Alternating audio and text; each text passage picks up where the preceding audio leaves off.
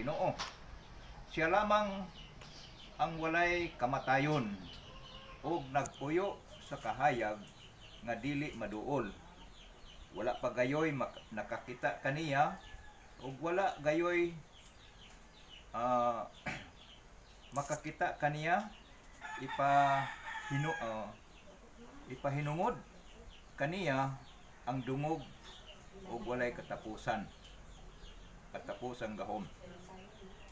Matnguni ang mga dato nga dili sila magpapahitason ug dili magsalig sa bahandi kun dili sa Dios. Kay ang bahandi dili makahatag og kasiguruhan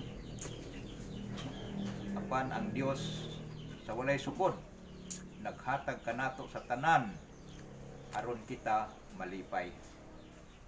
Sultihi sila sa pagbuhat ug maayo ug sa pagpadato diha sa mga maayong binuhatan, sa pagkamahinatagon ug sa pagtabang sa uban. Niining paagiha makatigom sila og bahandi nga mahimo nilang ligpon nga sukaranan alang sa umaabot ug maangkon unya nila ang kinabuhing matuod. Ang Dios magapanalangin sa mga pulong nga atong ginapasa. ug kini ang mga pulong no nga gihisgutan ni San Pablo diri sa Timoteo, usa kini ka hatag sa pamulong-pulong ngadto sa mga mga pangulo no o sa pastor no. Kay si Timoteo dire usa siya nga gamit ni San Pablo nga maoy pangulo ug usa lamang kini niya sa katapusan niya kintang pagkahinumdum no sa tanan nga mga pangulo o pastor no ang kuanan dire. Ang una nga gihisgutan dire nga unsa ang gusto nga mahimo ni Timoteo nga iyang pagabuhaton no. Sa 11 ingon pa niya dire nga apan kay ikaw iya man sa Dios likayi no? Kining tanan kaya mo na no, apan kay ikaw iya man sa Dios likay kining tanan. Sa ato pang kung imong tan-awon diha ang kinasudlan sa gini nga bersikulo, dili gusto sa Dios nga adunay mga mo insert dayon nga mga dautan ba o sa nagapangulo no ingon ana kay kalabanan ra ba kung magpangulo ta daghan dayon ang mga musakay ba o ingon ana no. Ug imba niya na likay kining tanan paning kamuti nga mahimo kang matarong Dios nun, may pagtuo, may paghigugma, may inantuson ug maaghop no. Mao kini ang gipahinumdum ni San Pablo ngadto kang Timoteo nga ingon pa niya diri nga dili siya mag sunod no sa mga dautan no ang kuang gini diri kay gusto man niya nga matarong Dios no no, may pagtuo, may paghigugma.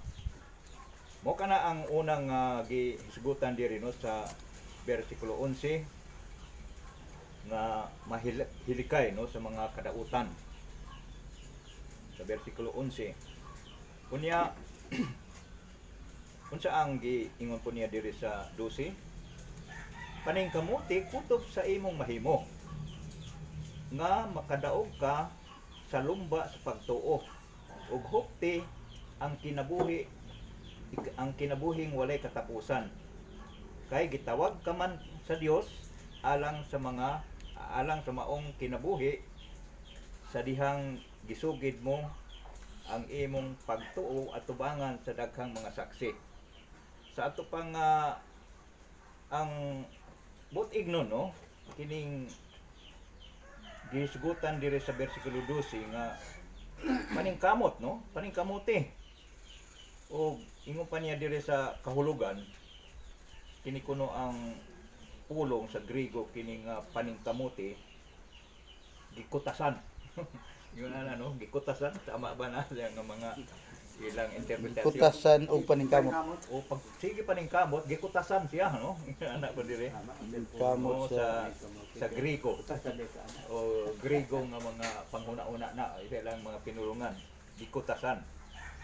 Ang pasabot ni San Pablo dire no mahitungod sa mga Kristohanon nga kinabuhi mao nga usa kini ka grabing pagpaningkamot nga nagkinahanglan padayon ug matuod nga mga pag-unong kang Kristo. Kaya mo no, grabing pagpaningkamot aron lamang gayud nga masunod nato ang kinabuhi ni Ginoong Kristo no. Di ba sa diha nga nagawali siya, nagasangyaw siya no. Mao na nga ingon pa ni mao ni ang bot igno ni San Pablo no sa gikutasan. Gikutasan no nga kuan. Nga ang kinabuhi kuno sa Kristohanon usa kini ka grabing pagpaningkamot no. Sa ato pa nga di ba kining kanang pulo nga Kristohanon lisod kayo pag kuan pagtuman sa usa ka Kristohanon no. Ingon ana no. Lisod kayo pagtuman sa usa ka magtotoo diha kang Kristo. Tama ba no? Lisod. Kung atong kuanon kay daghan mga bawal. Yun ana pa sa iba no. Daghan mga bawal. Og grabing pagpaningkamot nga nagkinahanglan sa pagpadayon ug matuod nga pag-unong kang Kristo. Samtang nga makigbatok sa espirituhanon nga puwersa ug manalipod sa pagtuo gikan ni adtong mutuis sa kamatuoran no. Yung panila sa ato pa kita nga mga pangulo nga nagahupot pananglitan sa mga tao mao ni gipahibangnuan ni San Pablo no nga di ba usay mo abot usahay nga kanang ang kamatuoran tuison kana asya ba tingali sa imong pagbalanse nga tama tingali no ingon ana ta pero di ay tuis gituis na di ay katuan no. O ang tumong no sa atong pagpaningkamot mao ang pagsangyaw sa matuod nga mensahe sa kapasayloan ug sa personal nga relasyon uban kang Kristo ug pagkabig sa uban nganha sa pagtuo kaniya. Oh, mao na ang tumong no sa pagpaningkamot sa ato pa kining gihisgutan ni San Pablo dire sa Griego nga kutasan.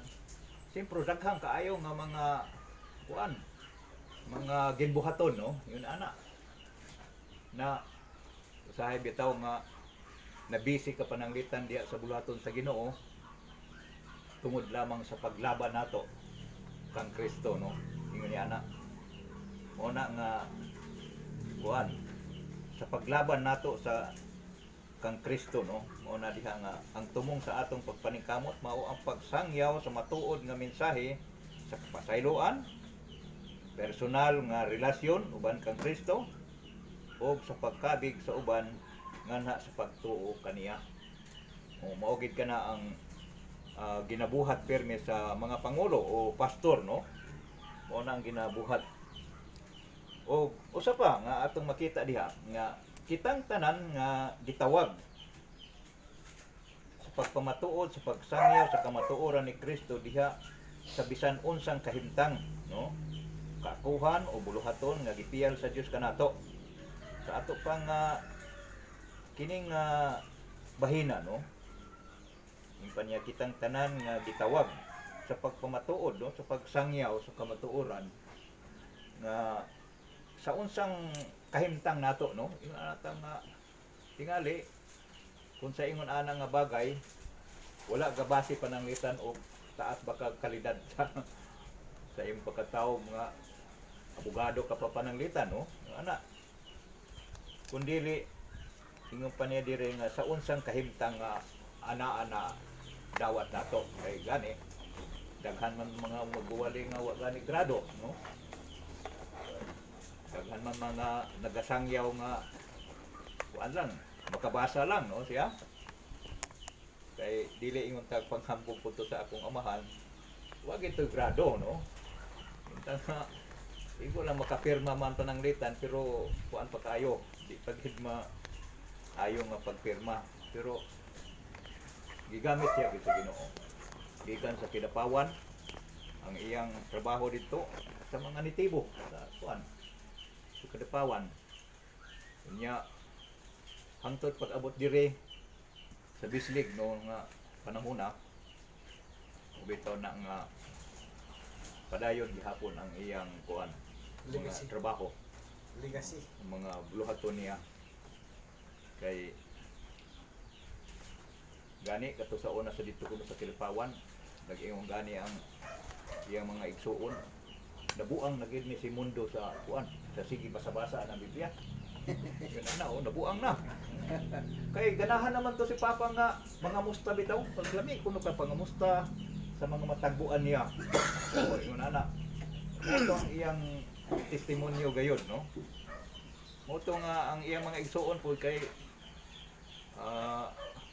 uyog-uyog man sa iya, nabuang na ni si Mundo kay isang asa lang kuno mga musta. O yun na ba? Unang kuang gayod ang Ginoo kung gamiton ka kalipay sa pagkuan no?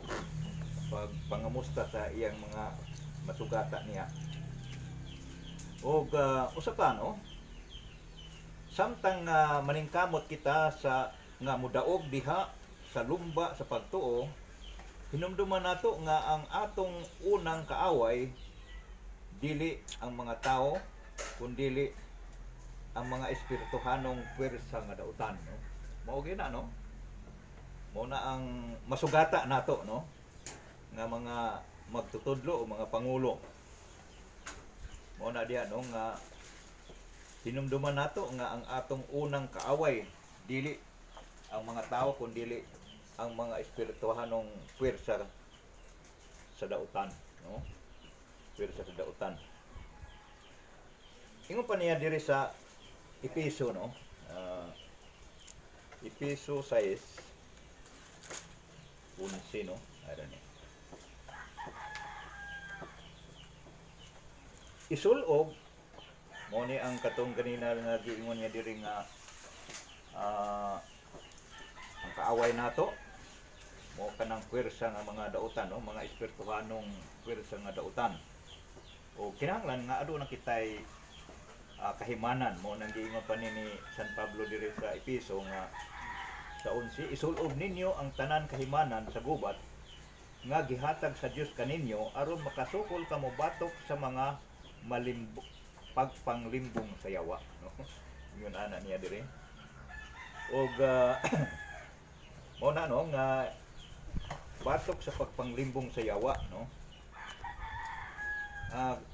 kini nga pakig-away gihulagway sa pakigubat no sa pagtuo sa ato pa nga ang atong pagtuo nato nini nga kinabuhi pakig-away no o pakigubat sa pagtuo nga magpadayon hangtod no yung pa niya diri nga mulatas ni ining kinabuhi ug mosulod sa umaabot nga kinabuhi si Satanas no batid nga tigplano aron sa pagsakit pagdaot kanato sa lain-lain nga pamaagi.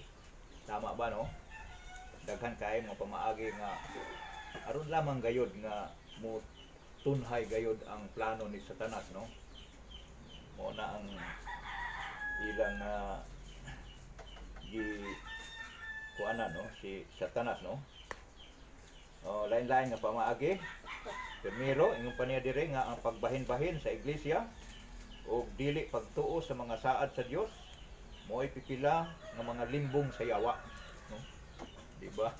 Yun ana nga sudlon ka sa mga mini mo nang gitawag nga mga mini nga mga pagtulunan aron lamang mabahin-bahin ang inyong panya diri iglesia no. Ang pamaagi ni Satanas naglakip usab sa pagpawala sa kadasig, pagtintal, walay pasaylo, kaadlok, pagpasangil, pagtuman sa daotang tinguha no o espirituhanon katapol ug uban pa no mao kana ang gusto gayud ni Satanas no nga aron lamang gayud nga ang tanan nga mga Kristohano no daghang kaayo nga mga alibay, mga alibay sa kinabuhi tungod kay si Satanas dito mo ay nagasulsul no sa ilang kinabuhi. Pag gipahibangnuan ni San Pablo no ang mga magtotoo nga mubarog batok sa lingla sa yawa. Mao na ang pahinumdom no ni San Pablo. O ingon pa niya dire magmasaligon kita nga ang atong kadaogan gitagana na ni Kristo pinaagi sa iyang kamatayon sa cross aron bayran ang silot sa atong mga sala no. Mao kana ang kalaban no ni Satanas no na pinaagi lamang sa kamatayon ni Kristo bayaran no ang atong mga kasalanan. Og gikuhaan ni Hesus o hinagiban no yung panya diri nga gikuhaan ni Hesus o hinagiban ang mga daotang gahom ug awtoridad no. Gipagawas niya ang mga bihag ug giluwas kadtong mitugyan sa ilang kinabuhi kaniya. O na diha. Og sa krusas no. Krusas.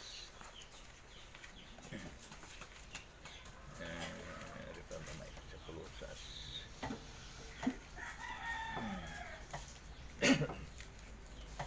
Krusas dos no.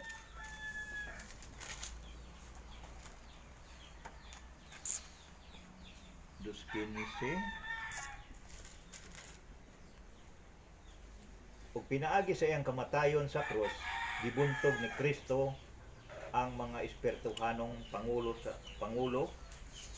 ug awtoridad. Gipasundayag niya ngadto sa tanan ang ilang kapildihan no. Yamo na no. Pinaagi lamang sa kamatayon ni Kristo no.